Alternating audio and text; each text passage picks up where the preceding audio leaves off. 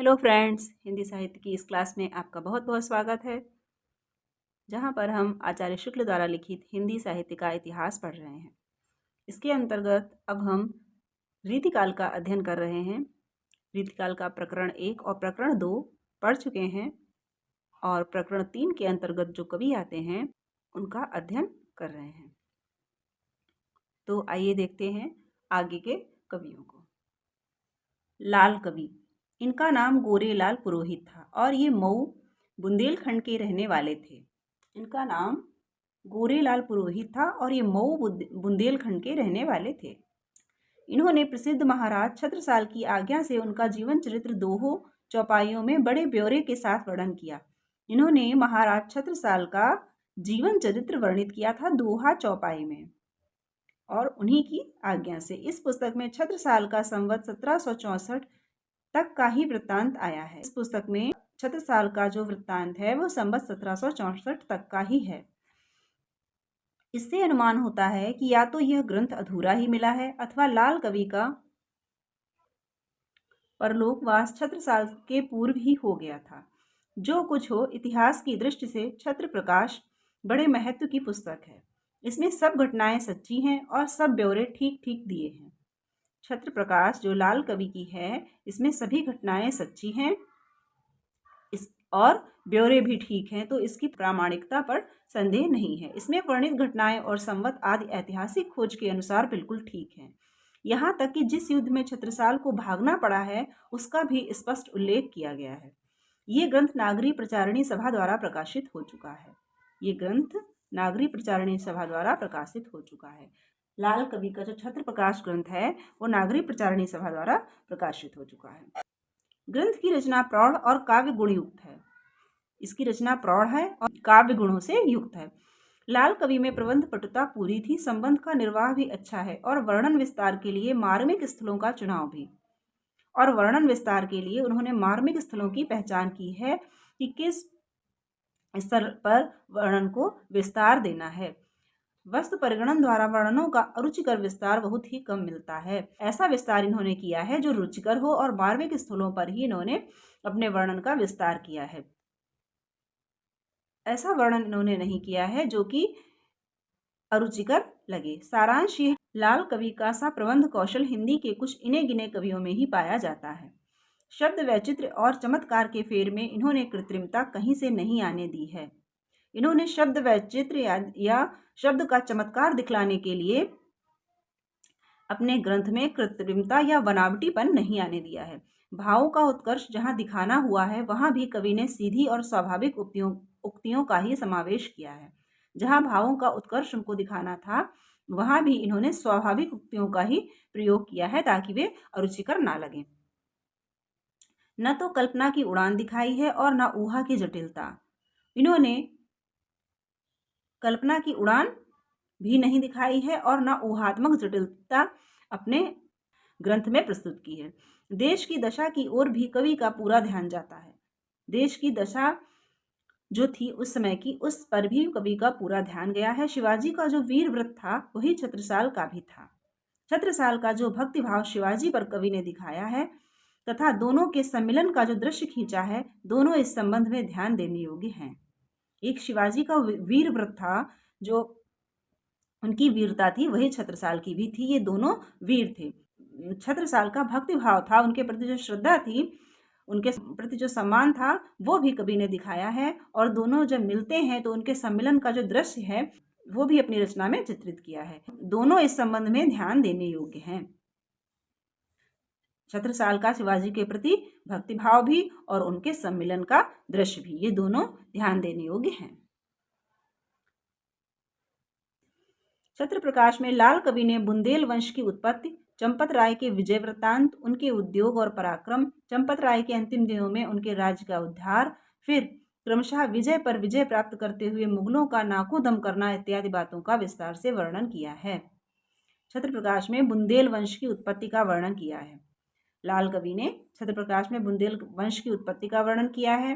चंपत राय के जो विजय वृत्तांत था उसका वर्णन किया है।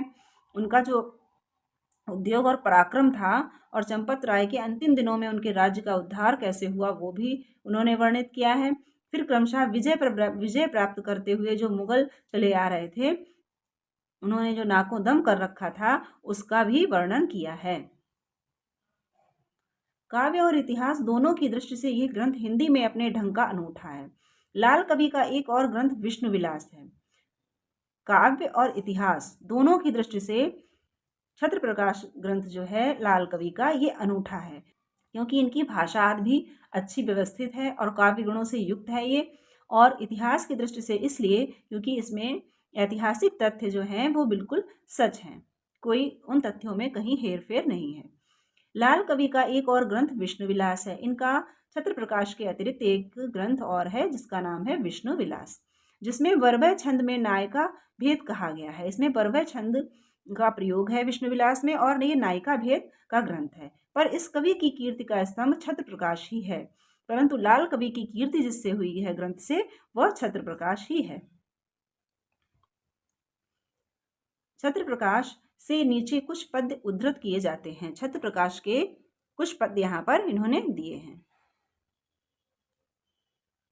छत्रसाल की यहाँ प्रशंसा इस पद में इन्होंने की है। लखत पुरुष लक्षण सब जाने, पक्षी बोलत सगुन बखाने, सतकवि कबित सुनत रस पागे, बिलसत मत अर्थन में आगे, रुचिसो लखत तुरंग जो नीके, बिहस लेत मुजरा सब ही के, चौक चौक सब दिस उठे, सूबा खान खुमान, अबधौ धाबे कौन पर छत्रसाल बलवान। तो ये लाल कवि की पंक्ति है और ये इम्पोर्टेंट भी है। अब ये युद्ध वर्णन इन्होंने किया है, उसका यहाँ पर पद दिया हुआ है।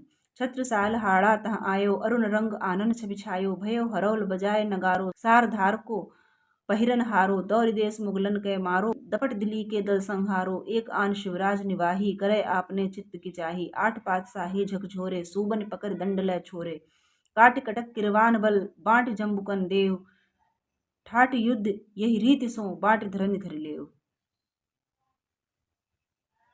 चहु ओर सो सूबन घेरो, दिसिन अलात चक्र सो फेरो, पजरे सहर साही के बाके, धूम धूम में दिनकर ढाके, कबहू प्रगट युद्ध में हाके, मुगलन मारे पुहमी तल ढाके, बानन बरख गयंदन फोरे, तुर्कन तमक तेग तर तोरे, कबहू उमड़ अचानक आवे, घनसम घुमड़ लोह बरसावे, कबहू हाक हरौलन कूटे, कबहू चावे चंदालन लूटे, कबहू देश दौरी कै लावे, रसद कहूँ की कढ़न न पावे।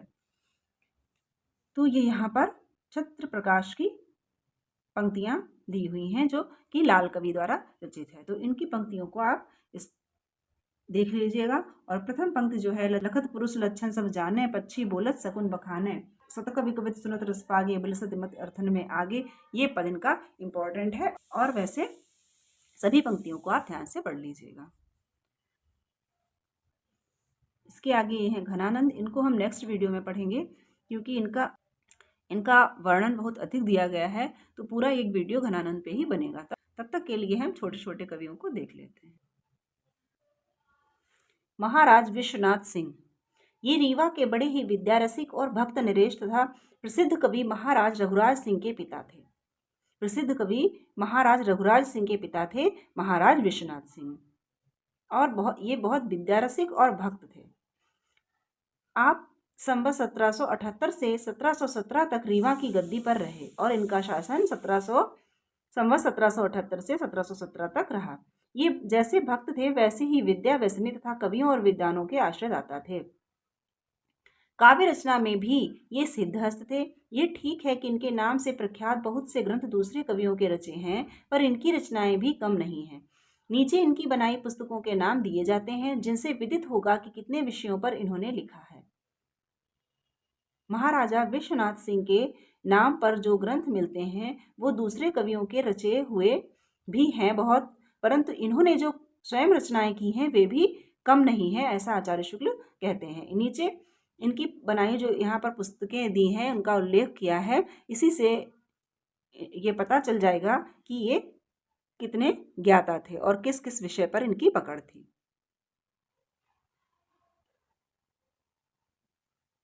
अष्टयाम आहनिक आनंद रघुनंदन नाटक, उत्तम काव्य प्रकाश गीता रघुनंदन शतिका, रामायण गीता रघुनंदन प्रामाणिक, सर्व संग्रह कबीर बीजक की टीका, विनय पत्रिका की टीका, रामचंद्र की सवारी, भजन पदार्थ, धनुर्विद्या, आनंद रामायण, परम धर्म निर्णय, शांति शतक, वेदांत पंचक शतिका, गीतावली पूर्वार्ध, ध्रुवाष्टक, उत्तम नीति चंद्रिका, अबोध नीति, पाखंड खंडिका, आदिमंगल, बसंत चौतीसी, 84 रामायणी, ककहरा, शब्द, विश्व भोजन प्रसाद, ध्यान मंजरी, विश्वनाथ प्रकाश, परम तत्व, संगीत रघुनंदन इत्यादि। इतने यहाँ पर इनके 32 ग्रंथों का यहाँ उल्लेख आचार्य शुक्ल ने किया है। इसमें से आनंद रघुनंदन जो नाटक है यही इनका प्रसिद्ध है, जो इनकी प्रसिद्धि का आधार है, नहीं तो इनके ग्रंथों की संख्या भी कम नहीं है। यद्यपि ये रामोपासक थे पर कुल परंपरा के अनुसार निर्गुण संत मत की वाणी का भी आदर करते थे तो ये रामोपासक, पर निर्गुण संत मत की वाणी का भी आदर करते थे। कबीरदास के शिष्य धर्मदास का बांधव नरेश के यहाँ जाकर उपदेश सुनाना परंपरा से प्रसिद्ध है। ककहरा, शब्द, रामायणी आदि उसी प्रभाव के द्योतक हैं। कबीरदास के शिष्य थे, उन्होंने बांधव नरेश के यहाँ जाकर उपदेश सुनाया था, ऐसा तो प्रसिद्ध है। और इन पर निर्गुण वाणी का भी असर था, निर्गुण वाणी का भी ये आदर करते थे। ककहरा, शब्द, रामायणी आदि उसी प्रभाव के द्योतक हैं, जो कि इनकी रचनाओं में देखने को मिलते हैं। पर इनकी साहित्यिक रचना प्रधानतः रामचरित संबंधिनी है, परंतु इनकी जो साहित्यिक रचना है वो रामचरित से संबंधित है। कबीर बीजक की टीका इन्होंने निर्गुण ब्रह्मा के स्थान पर सगुण राम पर घटाई है। इन्होंने जो कबीर ने तो निर्गुण ब्रह्मा के लिए लिखा था, परंतु इन्होंने जो बीजक की टीका लिखी है वो निर्गुण ब्रह्मा के स्थान पर सगुण राम पर लिखी है। ब्रज भाषा में नाटक पहले इन्होंने लिखा, और जो ब्रज भाषा में नाटक है वो पहले इन्होंने लिखा, जो कि आनंद रघुनंदन नाटक नाम से प्रसिद्ध है। इस दृष्टि से इनका आनंद रघुनंदन नाटक विशेष महत्व की वस्तु है। भारतेंदु हरिश्चंद्र ने इसे हिंदी का प्रथम नाटक माना है, और आनंद रघुनंदन नाटक को हिंदी का प्रथम नाटक किसने माना है? भारतेंदु हरिश्चंद्र ने। ये यहाँ से ध्यान रखने योग्य है। यद्यपि इसमें पद्यों की प्रचुरता है, पर संवाद सब ब्रजभाषा गद्य में है। इसमें पद्य भी बहुत सारे हैं, प्रचुरता है, अधिकता पद्यों की ही है, परंतु संवाद सब ब्रजभाषा गद्य में है। जो संवाद हैं वे सभी ब्रजभाषा गद्य में हैं। अंक विधान और पात्र विधान भी है, नाटकों की भांति अंक विधान और पात्र विधान भी है। हिंदी के प्रथम नाटककार के रूप में ये चिर स्मरणीय हैं, और हिंदी के नाटककार के रूप में इनको सदा याद रखा जाता है और रखा जाएगा। तो इनकी विषय में जो इम्पोर्टेंट है वो यही है कि जो इनका आनंद रघुनंदन नाटक है ये प्रथम नाटक के तौर पर याद रखा जाएगा, और भारतेंदु हरिश्चंद्र ने इसे हिंदी का प्रथम नाटक माना है। इनकी कविता अधिकतर या तो वर्णनात्मक है अथवा उपदेशात्मक, भाषा स्पष्ट और परिमार्जित है। इनकी रचना के कुछ नमूने नीचे दिए जाते हैं। यहाँ पर इनकी रचना का नमूना आचार्य शुक्ल ने दिया है। भाई न भृत्यन विष्णु सो रैयत, भानु सुशत्रु न काल सुभावे, शत्रु बली सो बचे करि बुद्धि, और अस्त्र सो धर्म की रीति चलावे। जीतन को करे केते उपाय, और दीर्घ दृष्टि सवै फल पावे। भाखत है विश्वनाथ ध्रुवै, नृपसो कबहु नहीं राज गंवावे।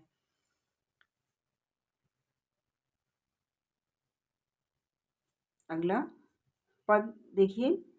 बाज गज सोर रथ सुतरु कतार जेते, प्यादे एण वारे ज सबीह सरदार के। कुंवर छबीले ज रसीले राजवंश बारे, सूर अनियारे अति प्यारे सरकार के। केते जाति वारे केते केते देश वारे, जीव स्वान सिंह आदि शैल वारे ज शिकार के। डंका की धुकार हुए सवार सब एक बार, राजवार पार कार कौशल कुमार के। उठो कुंवर दो प्राण पियारे, हिमृत प्रात पाए सब मिट गए। नभसर पसरे पुहकर तारे, जगवन मह निकस्यो हर्षित हिय। विचरन दे हेत दिवस मनियारो, विश्वनाथ ये कौतुक निरखो। रविमन दसहु दिसिन उजियारो। अंतिम पंक्तियां हैं इनकी ये। करी जो कर में कैलाश लियो, कस कै अब नाक सिकोरत है। दरतालन बीस भुजा कहराए, झुको धनु को झकझोरत है। तिल एक हलै न हलै पुहुमी, ऋषि पीस के दांत तोरत है। मन में यह ठीक भयो हमरे, मद काको महेश न मोरत है। तो ये थी राजा विश्वनाथ सिंह की पंक्तियां। अब आइए देखते हैं नागरीदास जी को। भक्तवर नागरीदास जी। यद्यपि इन नाम से कई भक्त कवि ब्रज में हो गए, पर उनमें सबसे प्रसिद्ध कृष्णगढ़ नरेश महाराज सावंत सिंह हैं। जिनका जन्म पौष कृष्ण द्वादशी संवत 1756 में हुआ था। यद्यपि इस नाम से, नागरीदास नाम से ब्रज में कई कवि हुए हैं, परंतु सबसे प्रसिद्ध हुए हैं वे थे कृष्णगढ़ नरेश महाराज सावंत सिंह, जिनका जन्म संवत 1756 में पौष माह में द्वादशी को हुआ था। ये बाल्यावस्था से ही बड़े शूरवीर थे। 13 वर्ष की अवस्था में इन्होंने बूंदी के हाड़ा जैत सिंह को मारा था और 13 वर्ष की अवस्था में ही इन्होंने बूंदी के हाड़ा जैत सिंह को मारा था। संवत 1804 में ये दिल्ली के शाही दरबार में थे। इसी बीच में इनके पिता महाराज राज सिंह का देहांत हुआ। बादशाह अहमद शाह ने इन्हें दिल्ली में ही कृष्णगढ़ राज्य का उत्तराधिकार दिया। पर जब ये कृष्णगढ़ पहुंचे तब राज्य पर अपने भाई बहादुर सिंह का अधिकार पाया, जो जोधपुर की सहायता से सिंहासन पर अधिकार कर बैठे थे। ये ब्रज की ओर लौट आए और मराठों से सहायता लेकर इन्होंने अपने राज्य पर अधिकार किया। इस पर ग्रह कलह से इन्हें कुछ ऐसी विरक्ति हो गई, सब छोड़ छाड़ कर वृंदावन चले गए और वहां विरक्त भक्त के रूप में रहने लगे। अपनी उस समय की चित्तवृत्ति का उल्लेख इन्होंने इस प्रकार किया है। जब इनके भाई ने राज्य पर इनके कब्जा कर लिया और फिर इनको अपना राज्य वापस पाने के लिए उनसे युद्ध करना पड़ा, तो इस ग्रह कलह से क्षुब्ध होकर इन्होंने संसार से विरक्ति ले ली। क्षुब्ध होकर ये संसार से विरक्त हो गए और ये विरक्त भक्त के रूप में वृंदावन चले गए। और जो समय इनकी चित्तवृत्ति थी, जब इन्होंने संसार का त्याग किया, सब कुछ छोड़ दिया, उस समय का यहाँ पर इन्होंने उल्लेख किया है। जहाँ कलह तहाँ सुख नहीं, कलह सुखन को सूल, सवै कलह एक राज में, राज कलह को मूल। जहाँ कलह तहाँ सुख नहीं, जहाँ कलह है वहाँ सुख नहीं है। कलह सुख के लिए सूल के समान है और सब कलह इस राज में, सारी कलह जो है एक राज्य के लिए है। राज कलह का मूल और राज ही कलह का मूल है, मूल उसकी जड़ है। बना रहा कहा भयो नृपहु भय, ढोवत जग बेगार, लेत न सुख हरिभक्त को, सकल सुखन को सार। मैं अपने मन मूढ़ते डरत रहत हूँ हाय, वृंदावन की ओरते मत कबहूँ फिर जाए। वृंदावन पहुंचने पर वहां के भक्तों ने इनका बड़ा आदर किया। ये लिखते हैं कि पहले तो कृष्णगढ़ के राजा ये व्यवहारिक नाम सुनकर वे कुछ उदासीन से रहे, पर जब उन्होंने मेरे नागरीदास, नागरी शब्द श्री राधा के लिए आता है, जब उन्होंने मेरे नागरीदास नाम को सुना तब तो उन्होंने उठकर दोनों भुजाओं से मेरा आलिंगन किया। जब पहले ये लिखते हैं कि जब उन्होंने सुना कि कृष्णगढ़ के राजा हैं तो वो थोड़े उदासीन हुए, पर जब उन्होंने नागरीदास नाम सुना तो उन्होंने इनका बहुत आदर सम्मान किया। सुनि व्यवहारिक नाम को ठाड़े दूर उदास, दौर मिले भरि नैन सुनि नाम नागरीदास। एक मिलत भुजन भरि दौर दौर, एक टेर बुलावत और ठौर। वृंदावन में उक्त समय वल्लभाचार्य जी की गद्दी की 5वीं पीढ़ी थी। उस समय जब ये वृंदावन गए, उस समय वल्लभाचार्य जी की गद्दी की 5वीं पीढ़ी वहां पर थी। वृंदावन से इन्हें इतना प्रेम था कि एक बार ये वृंदावन के उस पार जा पहुंचे। रात को जब यमुना के किनारे लौट कर आए तब वहां कोई बेड़ा न था। जब एक बार ये वृंदावन के उस पार पहुंचे और रात को जब किनारे लौट कर आए तो वहां कोई बेड़ा नहीं था जिससे कि ये पार उतरते। वृंदावन का वियोग इन्हें इतना असह्य हो गया कि यमुना में कूद पड़े और तैर कर वृंदावन आए। ये उस पार नहीं रुक सके, इतना वियोग इनको वृंदावन का था। तो ये यमुना में कूद कर तैर कर वृंदावन आए। इस घटना का उल्लेख इन्होंने इस प्रकार किया है और इस घटना का भी इन्होंने उल्लेख किया है। देखियो श्री वृंदा विपिन पार, बिच बहत महागंभीर धार, नहीं नाव नाही कुछ और दाव, दे दई कहा कीजे उपाव, रहे वार लगन की लगे लाज, गए पार ही पूरे सकल काज, यह चित्त माहि करिके विचार, परे कूद कूद जल मध्य धार।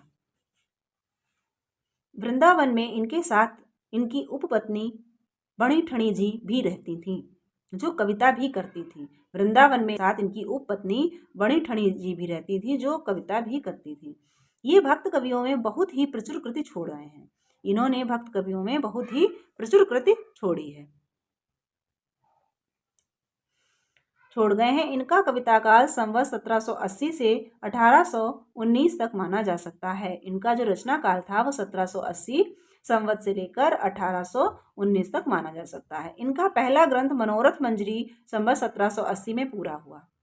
इनका पहला ग्रंथ नागरीदास जी का पहला ग्रंथ कौन सा था? मनोरथ मंजरी, जो 1780 में इन्होंने पूरा किया। इन्होंने संवत 1814 में आश्विन शुक्ल दशमी को राज्य पर अपने पुत्र सरदार सिंह जी को प्रतिष्ठित करके घर बार छोड़ा। और इन्होंने घर बार कब छोड़ा? 1814 में छोड़ा, जब इन्होंने अपने पुत्र सरदार सिंह को राज्य पर प्रतिष्ठित कर दिया। इससे स्पष्ट है कि विरक्त होने के बहुत पहले ही ये कृष्ण भक्ति और ब्रजलीला संबंधिनी बहुत सी पुस्तकें लिख चुके थे। इनकी पहली पुस्तक है 1780 में, जबकि इन्होंने घर बार छोड़ा 1814 में। तो इसका अर्थ ये हुआ कि ये विरक्त होने से पहले भी पुस्तकें लिखा करते थे और कृष्ण भक्त थे। कृष्णगढ़ में इनकी लिखी छोटी बड़ी सभी मिलाकर 73 पुस्तकें संग्रहित हैं, जिनके नाम ये हैं। कृष्णगढ़ में इनकी जो छोटी बड़ी सभी पुस्तकें मिलाकर 73 पुस्तकें संग्रहित हैं, जो जिनके नाम इस प्रकार दिए गए हैं। सिंगार सार गोपी प्रेम प्रकाश संवत 1800 में, पद प्रसंग माला ब्रज बैकुंठ तुला ब्रज सार संवत 1799, भोर लीला प्रात रस मंजरी बिहार चंद्रिका संवत 1788, भोजनानंदाष्टक जुगल रस माधुरी फूल विलास गोधन आगहन दोहन आनंद लग्नाष्टक फाग विलास ग्रीष्म विहार पावस पचीसी गोपी बैन विलास रास रसलता नैन रूप रस शीत सागर इश्क चमन मजलिस मंडन अरिल्लाष्टक सदा की माझ वर्षा ऋतु की माझ होरी की माझ कृष्ण जन्मोत्सव कवित्त प्रिया जन्मोत्सव कवित्त सांझी के कवित्त रास के कवित्त चांदनी के कवित्त दिवारी के कवित्त गोवर्धन धारण के कवित्त होरी के कवित्त फाग गोकुलाष्टक हिंडोरा के कवित्त वर्षा के कवित्त भक्ति मग दीपिका संवत 1802, तीर्थानंद 1810, फाग विहार 1808, बाल विनोद वन विनोद 1809, सुजानानंद 1810, भक्तिसार 1799, देह दशा वैराग्यवल्ली रसिक रत्नावली 1782, कलि वैराग्यवल्लरी 1794, अरिल पच्चीसी छूटक विधि पारायण विधि प्रकाश 1799, शिखनक नक्षिक छूटक कवित्त चचरियाँ रेखता मनोरथ मंजरी रामचरित्रमाला पद प्रबोधमाला जुगल भक्ति विनोद 1808 में, रसानुक्रम के दोहे शरद की मांझ सांझी फूल बीनन संवाद वसंत वर्णन रसानुक्रम के कवित्त फाग खेलन समेतानुक्रम के कवित्त निकुंज विलास 1794, गोविंद परचई व्यंजन प्रशंसा छूटक दोहा उत्सव माला पद मुक्तावली। ये इतनी सारी रचनाएं इनकी मिलती हैं, जिनका उल्लेख आचार्य शुक्ल ने किया है। इनके अतिरिक्त वैन विलास और गुप्त रस प्रकाश नाम की 2 अप्राप्य पुस्तकें हैं। ये 2 नहीं मिली हैं, जबकि इतनी प्राप्य हैं। इस लंबी सूची को देखकर आश्चर्य करने के पहले पाठक को यह जान लेना चाहिए कि ये नाम भिन्न भिन्न प्रसंगों व विषयों के कुछ पद्यों में वर्णन मात्र हैं, जिन्हें यदि एकत्र करें तो 5 या 7 अच्छे आकार की पुस्तकों में आ जाएंगे। ये बहुत छोटी छोटी से कुछ कुछ पद्यों को लेकर बनाई गई पुस्तकें हैं, जिनको यदि एकत्र करें तो 5 या 7 अच्छे आकार की पुस्तकों में आ जाएंगे। अतः ऊपर लिखे नामों को पुस्तकों के नाम न समझकर वर्णन के शीर्षक मात्र समझना चाहिए। ये जो वर्णन इन्होंने किया है उसके शीर्षक समझना चाहिए, ना कि एक पूरी पुस्तक। इनमें से बहुतों को 5-5, 10-10, 25-25 पद मात्र समझिए। कृष्ण भक्त कवियों की अधिकांश रचनाएं इसी ढंग की हैं। भक्ति काल के इतने अधिक कवियों की कृष्ण लीला संबंधिनी फुटकल उक्तियों से उबे हुए और केवल साहित्यिक दृष्टि रखने वाले पाठकों को नागरीदास जी की ये रचनाएं अधिकांश में पिष्ट पेषण सी प्रतीत होंगी, क्योंकि सभी कवियों ने लगभग कृष्ण लीला संबंधी इसी प्रकार के पद लिखे हैं। तो इतना जो इन्होंने साहित्य लिखा है वो कवि को बार बार वही बात कहने वाली बात मालूम होगी। पर ये भक्त थे और साहित्य रचना की नवीनता आदि से कोई प्रयोजन नहीं रखते थे। ये भक्त थे और इनको बस भक्त की उमंग में लिखना था। ये उनको नवीनता नवीन विषय नहीं खोजते थे। फिर भी इनकी शैली और भावों में बहुत कुछ नवीनता और विशिष्टता है, परंतु फिर भी इनकी शैली और भावों में नवीनता और विशिष्टता है। कहीं कहीं बड़े सुंदर भावों की व्यंजना इन्होंने की है। काल गति के अनुसार फारसी काव्य का आशिकी और सूफियाना रंग ढंग भी कहीं कहीं इन्होंने दिखाया है। काल गति के अनुसार या समयानुकूल इन्होंने फारसी काव्य का आशिकी और सूफियाना रंग ढंग जो समय चल रहा था कहीं कहीं इन्होंने दिखाया है। ने गाने के पदों के अतिरिक्त कवित्त, सवैया, अरिल, रोला आदि कई छंदों का व्यवहार किया। इन्होंने गाने के पद के अतिरिक्त कवित्त, सवैया, अरिल, रोला आदि छंदों को भी प्रयोग किया है। भाषा भी सरस और चलती है। विशेषता पदों की, इनकी पदों की जो भाषा है वो भी सरस और सुंदर है और चलती हुई भाषा है। कवित्तों की भाषा में वह चलतापन नहीं है। कविता की नमूना नीचे देखिए, कविता के इनकी नमूने दिए गए हैं। भाषा इनकी जो सरस और चलती हुई है वह पदों की अधिक सुंदर है, जबकि कवित्तों की भाषा में वह चलतापन नहीं है। वैराग्य सागर से ये पंक्तियां हैं। काहे कोरे नाना मत सुने तू पुरातन के, तय ही कहा तेरी मूढ़ गुड़ मति पंग की। वेद के विवादन को पावे गो न पार कहूँ, छाण देहु आस सब दान ध्यान गंग की। और सिद्धि सोधे अब नागर न सिद्ध कछु, मान लेहु मेरी कही वार्ता सुढंग की। जाई ब्रज भोरे कोरे मन को रंगाई लहरे, वृंदावन रेणु रची और श्याम रंग की। अब इनका एक अरिल यहाँ पर दिया हुआ है। अंतर कुटिल कठोर भरे अभिमान सो, तिनके गृह नहीं रहे संत सन्मान सो। उनकी संगति भूल न कबहूँ जाइए, ब्रज नागर नंदलाल सुनिस दिन गाइए। आगे इनका एक पद दिया है। जो मेरे तन होते दोय, मैं काहुत कछु नहीं कहतो, मोते कछु कहतो नहीं कोय। एक जो तन हरि विमुखन के संग रहतो, देश विदेश विविध भांति के जग दुख सुख जहाँ, नहीं भक्ति लवलेश। एक जो तन सतसंग रंग रंग रहतो, अति सुखपूर जन्म सफल करि लेतो, ब्रज बस जहाँ ब्रज जीवन मूर। द्वै तन बिन द्वै काज न होए हैं, आयो तो छिन छिन छीजे। नागरिदास एक तन ते, अब कहो काह कर लीजे।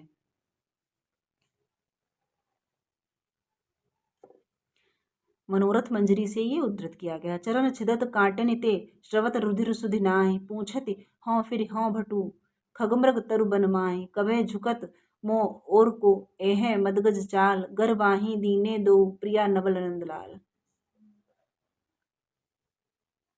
ये इश्क चमन से सब मजहब सब इल्म अरु, सबे ऐश के स्वाद। अरे इश्क के असर बिन ये सब ही बर्बाद। आया इश्क लपेट में लागी चश्म चपेट, सोई आया खलक में और भरें सब पेट। ये वर्षा के कवित से। भादों की कारी अंधियारी निशा झुकी बाद, मंद फुही बरसावे। श्यामाजू अपनी ऊंची अटापे छकी, रसरीति मलारही गावे। ता समय मोहन के दृग दूर ते, आतुर रूप की भीख यो पावे। पौन मया करी घूंघट टारे, दया करी दामिनी दीप दिखावे। पौन मया करी घूंघट टारे, दया करी दामिनी दीप दिखावे। तो ये पंक्ति इनकी इम्पोर्टेंट है, इसको आप ध्यान रखिएगा। तो फ्रेंड्स आज यहीं तक। अगर वीडियो आपको अच्छा लगा हो और इससे आपकी स्टडी में कुछ हेल्प हो रही हो, कुछ आपकी जानकारी में वृद्धि हो रही हो, तो वीडियो को लाइक कर दीजिएगा और चैनल पर नए हैं तो सब्सक्राइब कर दीजिएगा और बेल आइकन ज़रूर प्रेस कर दें ताकि ये पूरी की पूरी सीरीज़ आपको टाइमली मिलती रहे और आप इसका लाभ उठाते रहें।